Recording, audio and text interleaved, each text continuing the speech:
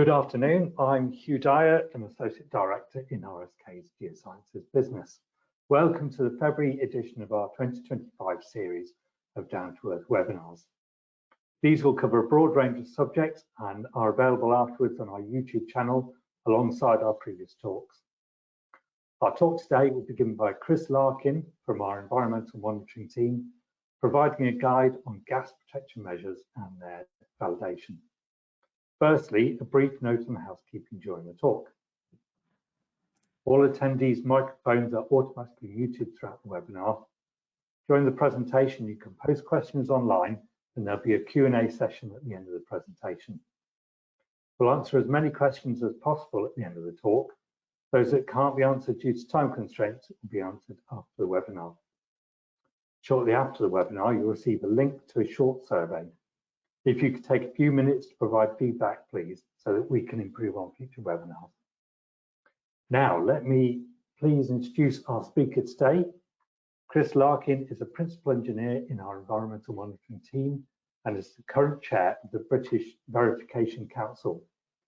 Chris has been involved in the investigation and assessment of brownfield sites for over 18 years, and during this time has specialised in the assessment, design and validation of gas protective measures within the residential and commercial development sector. Chris is a qualified gas protection validation specialist and provides support and guidance to our in-house teams, as well as through his role with the British Verification Council.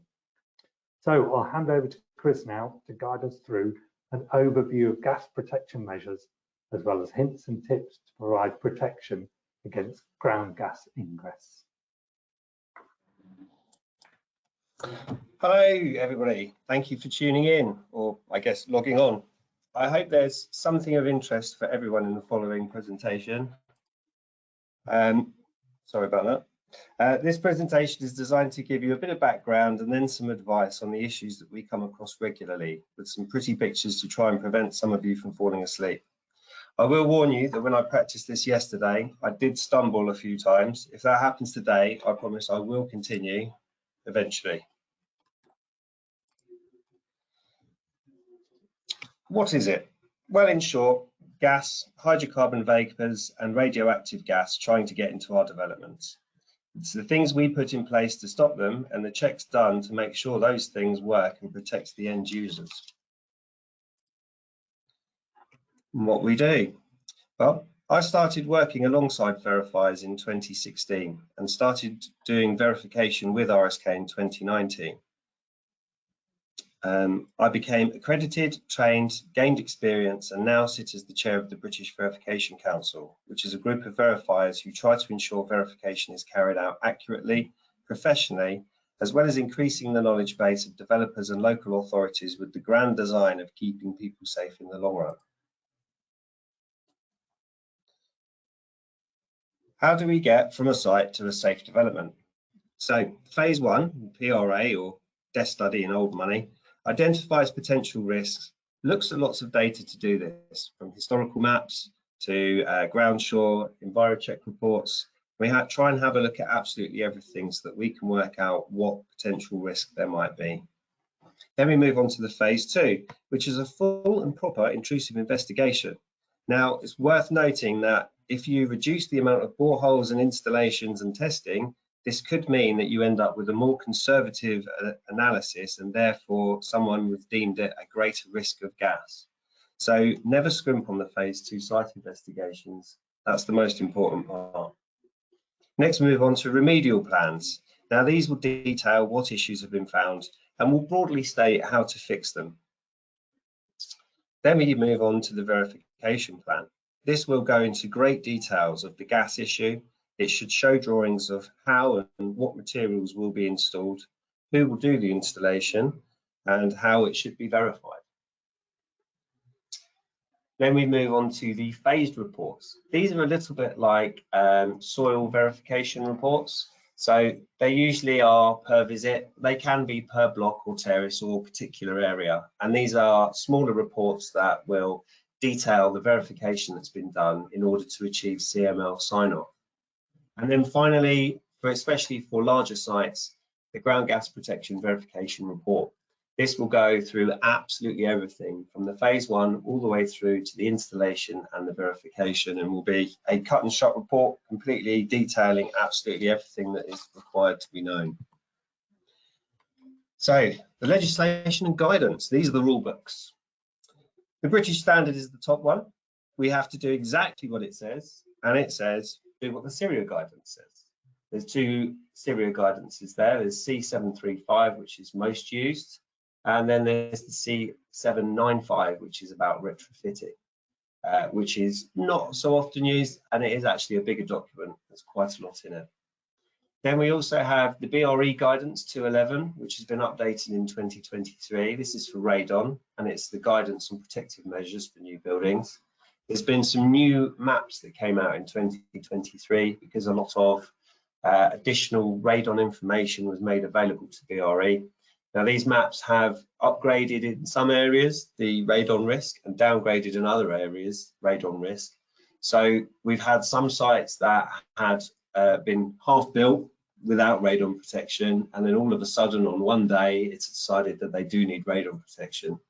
So we do come across some interesting and complicated issues due to this document. We also have the NHBC document, the NF94. That's recently been written as guidance for developers for people who are generally going to be using the NHBC warranty system. And finally, at the bottom there is the ASTM. Now, this is actually American guidance, and what it does is it provides us with a bit of a rule book for verification testing, and it's generally because there's nothing else in place for that at the moment. What is a characteristic situation? Okay, so BS 8485, which is the British standard, that allows us to categorize gas risk into 6 groups, where CS1 is no risk and CS6 is run for your life. The majority of gas sites will sit in the CS2 to CS4 category. Each category will define what needs to happen to protect users. This is welcome to the donut of doom. This is what enables us as verifiers to determine the level of verification that's required. So you can see there's 4 sections. We have in the top left the complexity of design. So a really simple small plot that's got membrane stretching from one side to the other with a few service penetrations, a few corners, and perhaps a couple of thresholds will sit in that green low risk area, whereas a development that has lots and lots of different gas protection materials that all link up together and do lots of complicated things will obviously sit in the high risk red area. On the top right, we've got the number of plots and buildings. So a very small development of a few houses sits in the low risk, whereas a large development, so perhaps hundreds of developments, will sit in the high risk area. Next, we have the gas regime. If you look there on the bottom left, where a CS2 would sit in the low risk category and a CS4 would sit in the high risk category. And finally, the installation workforce. Skilled NVQ2 professionals who do the installation of gas protection day in and day out will be categorized as a low risk, and ground workers who have not got the same skill set would sit in the high risk area. So essentially, if there's a lot of things in the red area, we're looking at full verification, we're looking at lots of different types of verification procedures potentially, and if we've got lots of stuff in the green areas, then we're looking at minimum verification, much less scrutiny, looking at bits and pieces. But this is very sensible to use to all those developers out there, just to check that your independent verifier proposes for your site is actually accurate. Okay, so I'm going to move on to some materials now. I've got a quick couple of pictures here just on some pre-formed bits and pieces. Now, these are usually given or prescribed to be used on a site where ground workers intend to do the installation. And these are often double taped or taped with double-sided tape on the insides and also around the bottom. And I'm sure a lot of you are aware that not every service is exactly that size. Not every service comes up exactly straight, and not every service is away from brickwork or blockwork. And quite often these materials are cut up and changed around in some way to try and make them fit a round peg in a square hole, unfortunately. So they don't often work very well. And here we have some corner detailing as well. This is a preformed corner detail. Much less issues with this, but needless to say, not all corners are exactly straight. So you just have to be careful when you're trying to fit something. It's an area that could end up causing a few issues. We're going to talk through some of the membrane materials now. There's all sorts of different colors, varieties and flavors here with these things. This is PAG's membrane. It has an aluminium core to it. It has reinforced scrim plastic layers on the top and the bottom. It is a very good membrane, as is the jitter version, which is the GP1. This one comes with lots of pretty patterns on it and lots of boxes where you can sign your name if so desired. This is also a very similar membrane to the PAG one. Here we have a green one. I can't actually remember what this one was called, but it's just essentially to show you that there's all sorts of different things.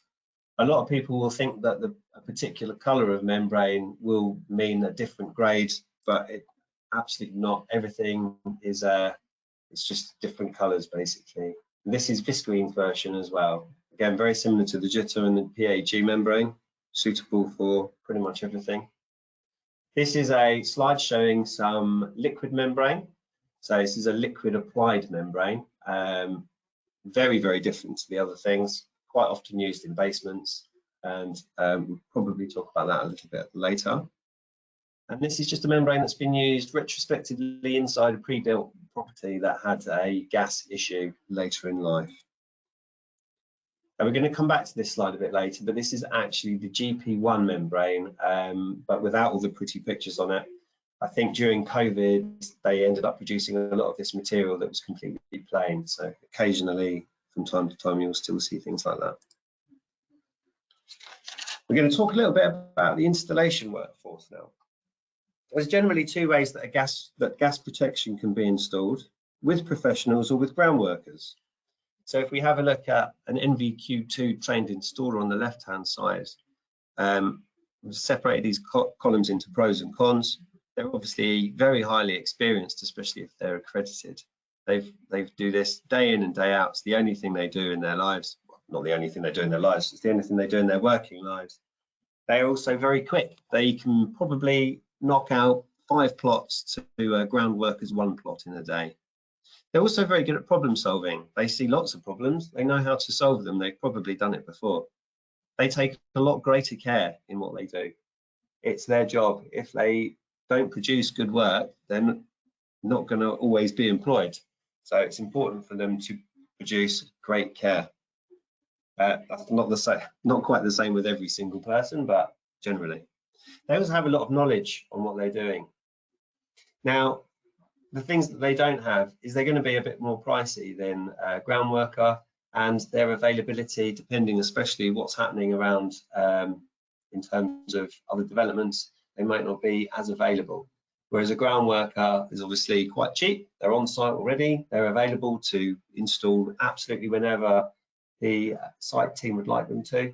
They do lack experience, unfortunately. They might have limited understanding. We have seen lots of instances where there's a lack of care in what they're doing, and they can be a little bit slower. If you do intend to use a ground worker, and many will pick up the skills very quickly to enable a good gas protection installation, please allow a pre-start meeting with the verifier so that the ground workers will know what is expected of them. Some manufacturers will provide training. This is also worth doing. We'll see some pictures later of what can happen in worst case scenarios. It's where lots of money and time can be wasted. Choices made here can have some of the greatest cost consequences.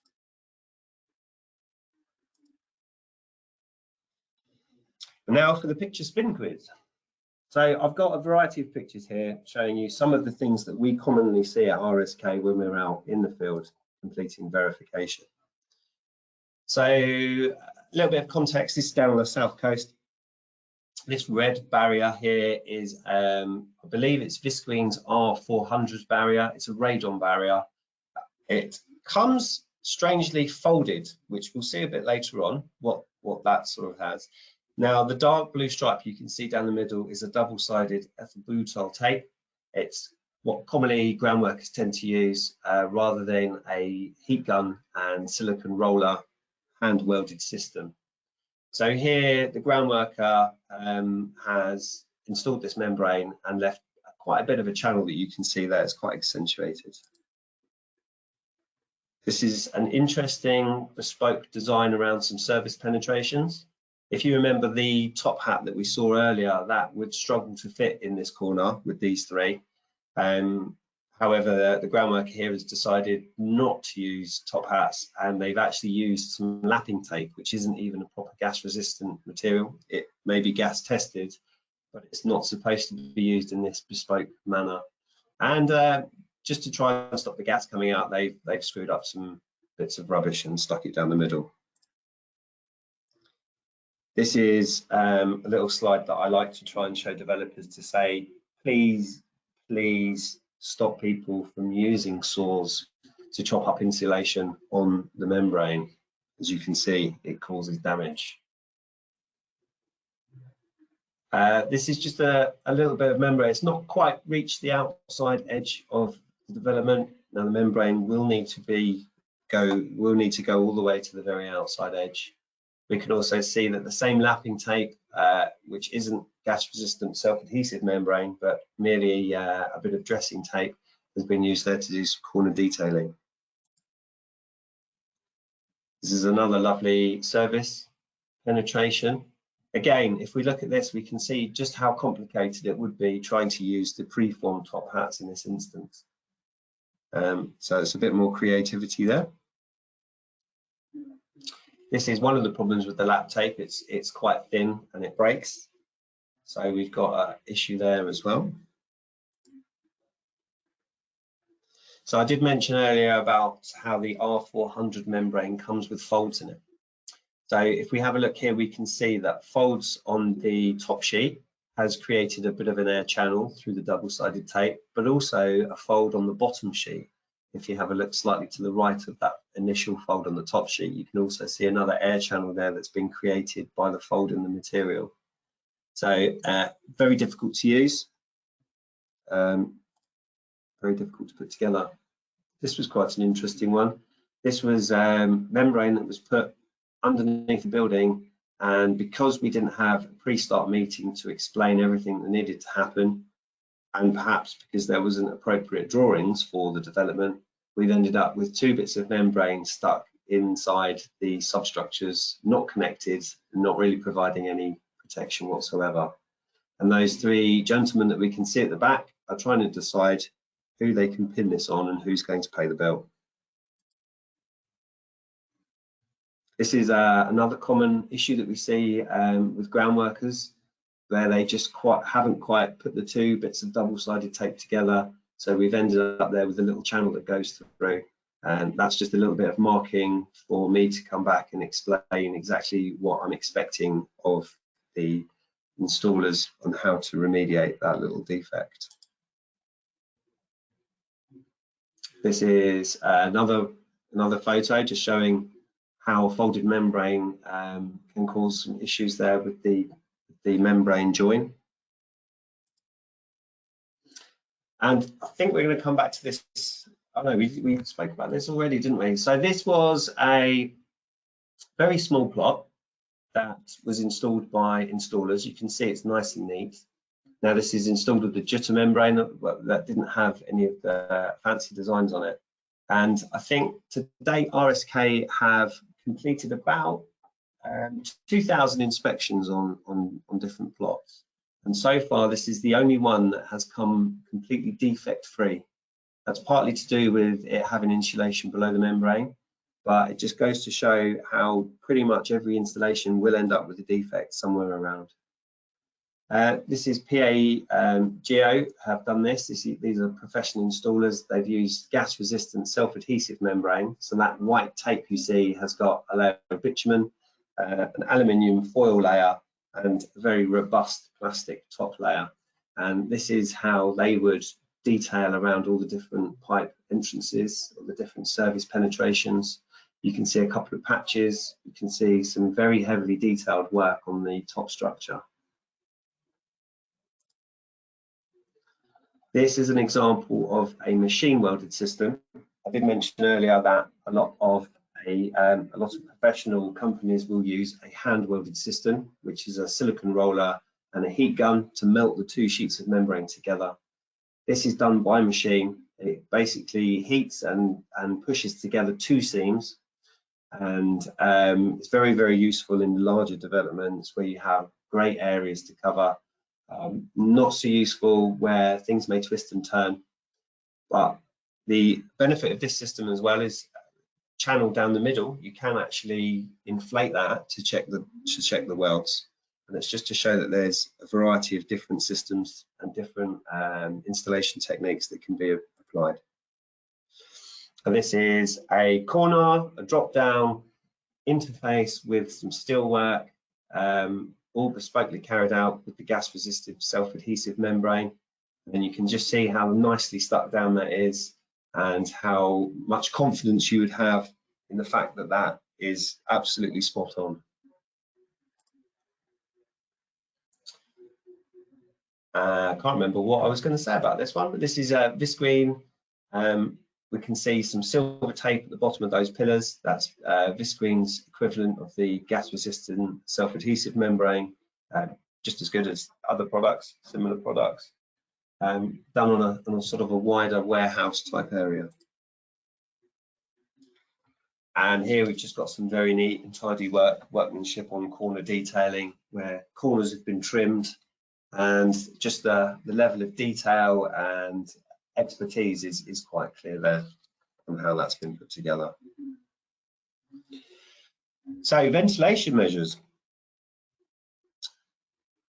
There's three parts really to the verification procedure. We look at the membrane or barrier, we look at the slab, and we look at ventilation.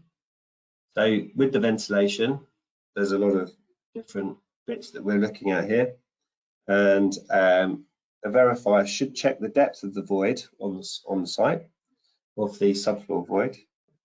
Not necessarily plot their layer to check, as quite often that's already been pre-built, mostly with the membrane in place. But on the same site, there may be other plots that are in different stages of development that can be measured and checked.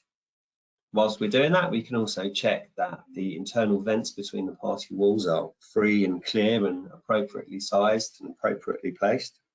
We take pictures, lots of pictures, and also have a look at air bricks with the telescopic or swan neck connectors that have been taped together, just to make sure that everything is there and in place and correct.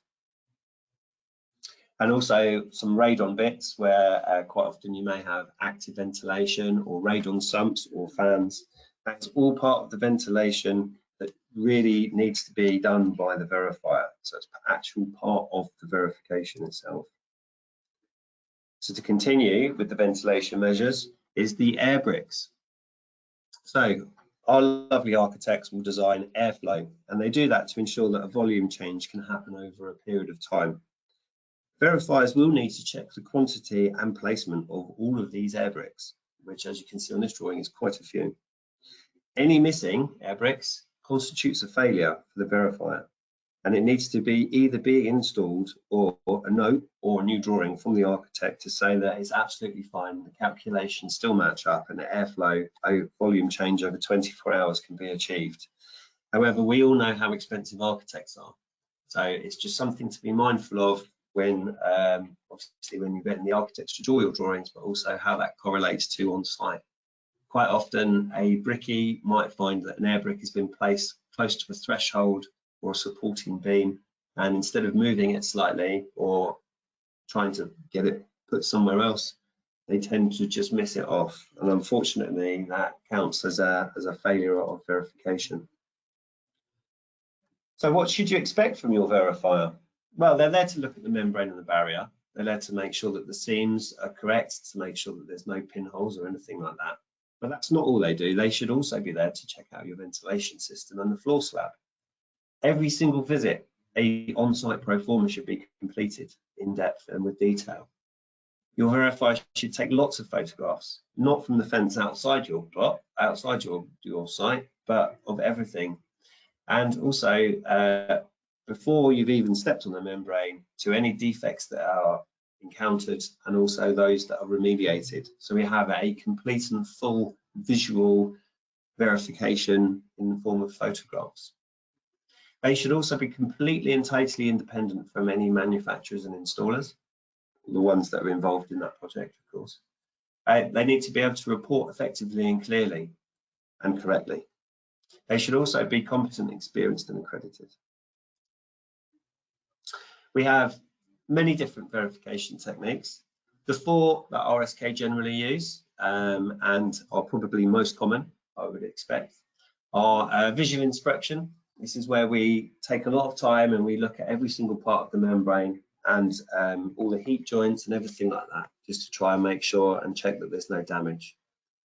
Next, we have an ASTM mechanical point stress test, which is essentially a blunted instrument run along the edge of any bonded seams to check how good they are. Comes with experience so that you know quite much how hard to press, because you could probably destroy any seam if you push hard enough, and making sure that we've got everything covered. Air lancing is essentially the same as the point stress test, but it can be done standing up, and it's completed with a compressed air a compressed jet of air which is directed along the seams at a constant pressure of 50 psi. Air lancing is very good for huge areas such as warehouses where you don't particularly want to be on your knees, but mechanical point stress tests, you're close to what you're looking at, and it will pick up just as many defects as the air lancing will. And then finally, this is something that can be used for the membrane sheets itself, is dielectric testing, which is also known as spark testing. It's essentially a bronze phosphor brush which has a current induced through it, and it's earthed somewhere outside the plot. So if we have any holes in the membrane, what we do is we create a connection and you get a spark and you get an audible alarm which comes through as well.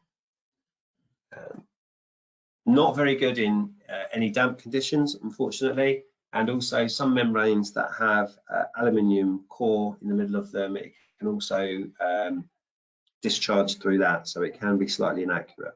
But for some membranes, particularly those that don't have an aluminium core, that don't have water on them, it can be very, very good, especially for covering large areas, and it will find tiny little holes that you wouldn't be able to see with your naked eye. There's a couple of pictures here just showing that. There's air lance being used on the left-hand side on the jitter membrane, and we have the dielectric spark testing being completed on the viscous membrane on the right-hand side. Aftercare is also very, very important. This is something that I always try and talk to developers about. A membrane goes down, it gets verified. You've got the paperwork, you've got a report that says it's fine. But what happens after that is crucial. It's crucial to the safety of the end user. It's very, very easy to damage these things. They're essentially a piece of plastic on a building site. This is a job where we had some protection board going down because we knew that they would have some workers coming in and out of the plot. And it also depends how thick the material, the membrane material is, how well it's been installed and what's beneath it. Generally find that membranes that are placed directly on top of insulation fare much better to any people walking across them afterwards. Sometimes when we do membrane lineouts, what happens next is they get screeded, and sometimes the perimeters just get left open for a little while.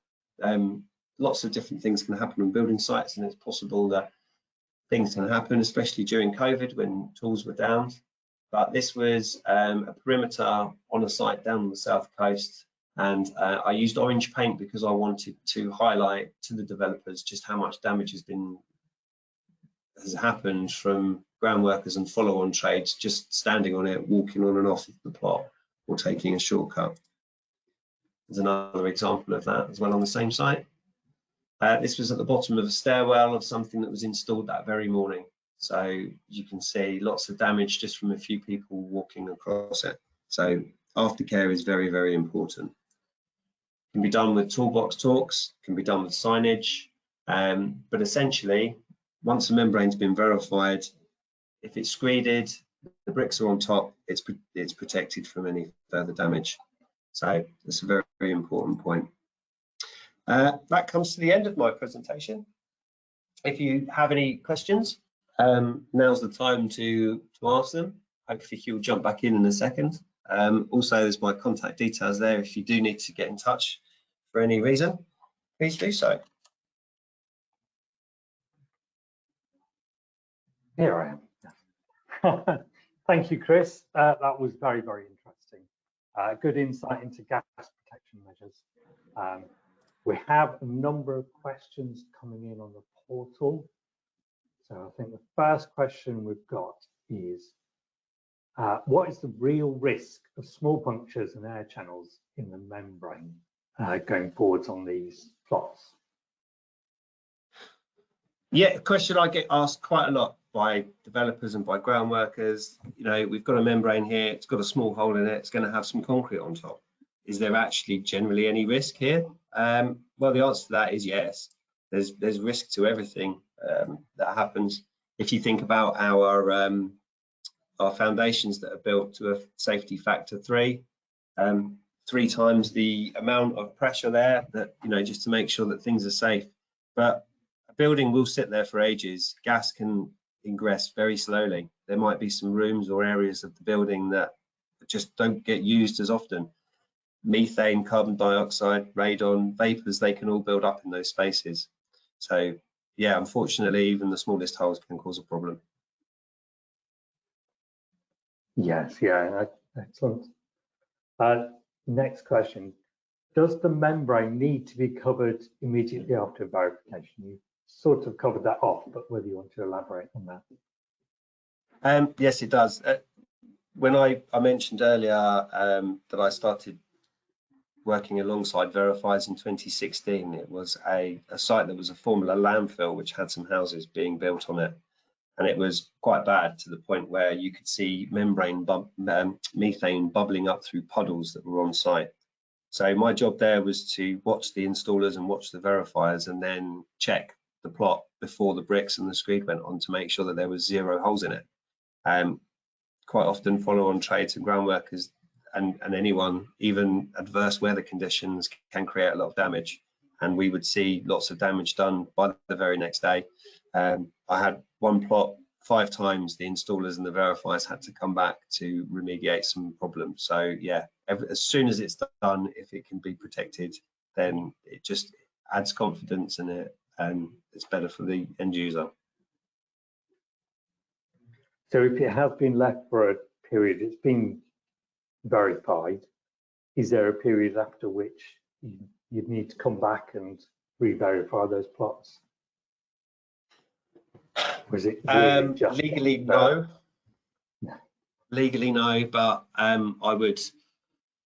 would try and connect with the morals of everybody that's involved to make sure that this is something that is put together properly with as limited amount of holes and defects as possible. So yeah, morally you should bring someone back to fix it.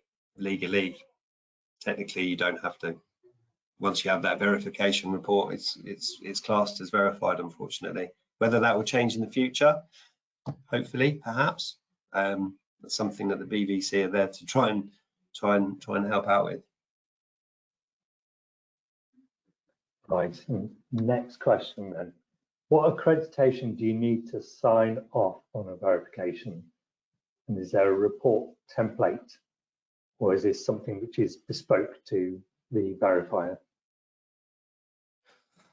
So there are 2 accreditations. There's the CLARE accreditation, which is the GSVP, and there's the or there was formerly the AB accreditation, which was an MVQ4. This has been changed to an MVQ3 going forwards. You don't actually need to have those to sign off a verification report. A lot of the guidance says that people should be qualified, they should have experience, and they should be a member of the BVC, but it's not a technical, that's in the BRE guidance, but it's not something that absolutely has to happen. But it's something that probably should happen. At the BVC, we have shared our reporting so that we have produced a BVC template, which covers everything that should be in a report. But it's absolutely free for any company or any individual to create their own report.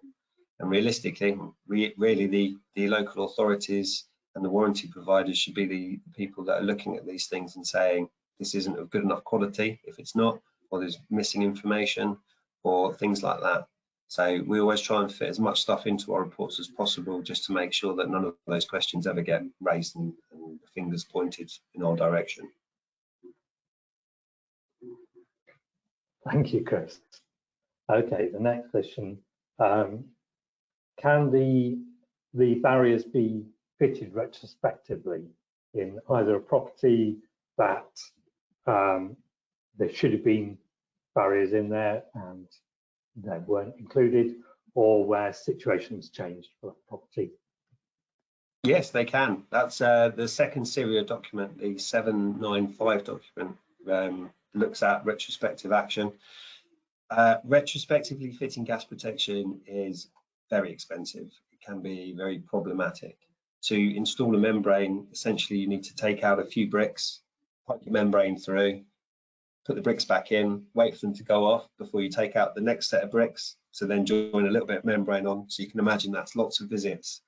In that, there are other ways, other potential ways that you can get around things, but it's never great to try and do things retrospectively if you can do things previously.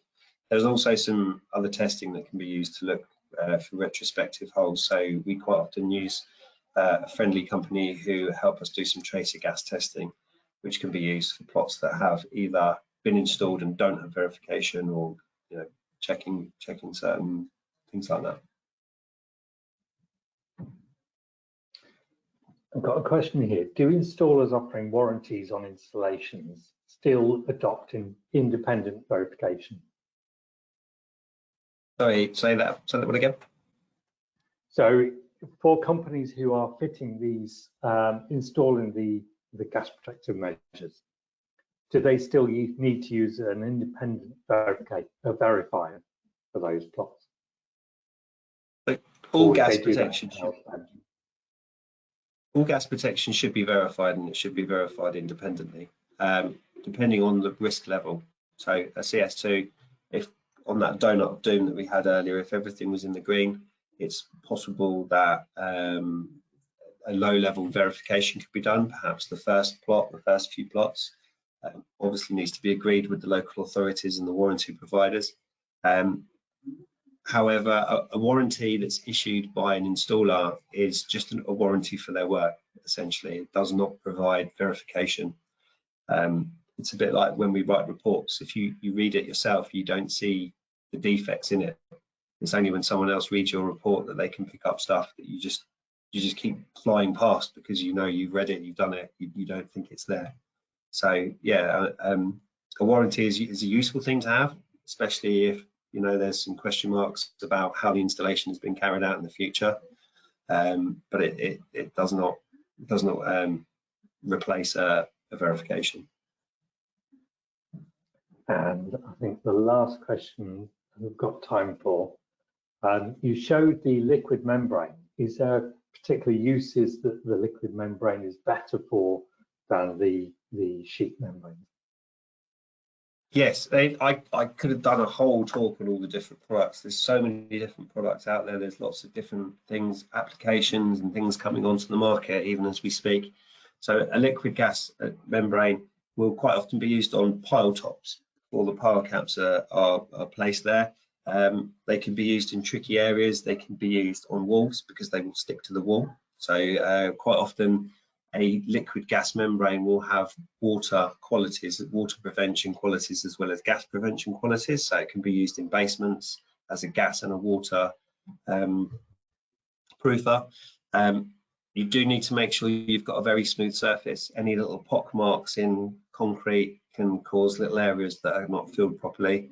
And you would use an ultrasound tester to work out the thickness of a liquid membrane. So that's how you would verify that one. So in terms of the sort of standard plots that quite often our developer clients are looking at, the sheet membrane is probably going to be much easier than using the liquid membrane. Certainly easier, cheaper, it expands cavities, whereas a liquid membrane obviously wouldn't. And it can be detailed or used to enable detailing around surface penetrations and things. Manufacturers will very happily give advice as to how best their products can be used anyway. Failing that, people like us verifiers can also provide advice if required. Brilliant. Right, we'll end the questions there. And as I say, further questions will be answered once Chris has had a chance to review these. Our next Down to Earth talk will be on Tuesday, the 11th of March, and we'll look at the ground source energy and how we can make best use of the storage and use of heat within the ground beneath our buildings. So thanks again to Chris for his fantastic presentation. Please remember to complete the feedback following the presentation. And thank you again for attending, and we'll see you again in March.